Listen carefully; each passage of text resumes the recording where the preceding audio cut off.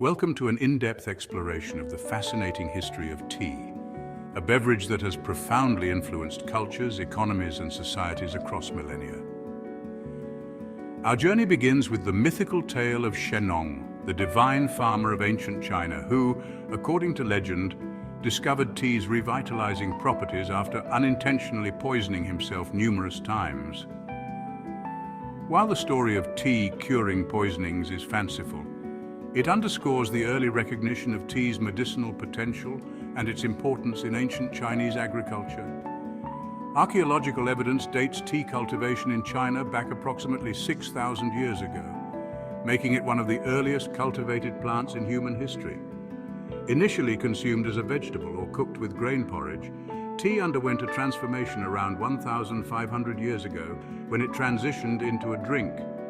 This pivotal shift occurred as people realized that steeping tea leaves in hot water produced a flavorful beverage that varied based on preparation methods. During ancient China's Tang Dynasty, the practice of grinding tea into a fine powder known as matcha became popular. Matcha not only offered a different way to enjoy tea, but also became an integral part of Chinese culture, inspiring art, poetry, and intricate rituals. Tea's cultural significance expanded further during the Song dynasty when loose-leaf tea replaced the previously popular compressed cakes, marking a significant evolution in tea preparation. The dissemination of tea to Japan during the Tang dynasty facilitated the development of the Japanese tea ceremony, a highly ritualized practice that elevated tea drinking to an art form. This cultural exchange exemplifies tea's ability to transcend borders and become an emblem of hospitality and refinement. By the Ming dynasty, China held a virtual monopoly on tea production alongside porcelain and silk, which were essential Chinese export goods. The introduction of tea to Europe by Dutch traders in the early 17th century sparked a craze among the English aristocracy, notably gaining popularity through Queen Catherine of Braganza, who popularized tea among the British elite.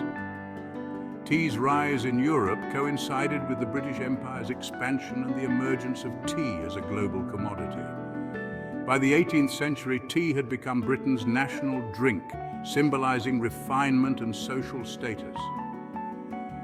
The lucrative tea trade led to the development of clipper ships, designed for speed to transport tea from China to Europe efficiently. However, the tea trade was not without controversy.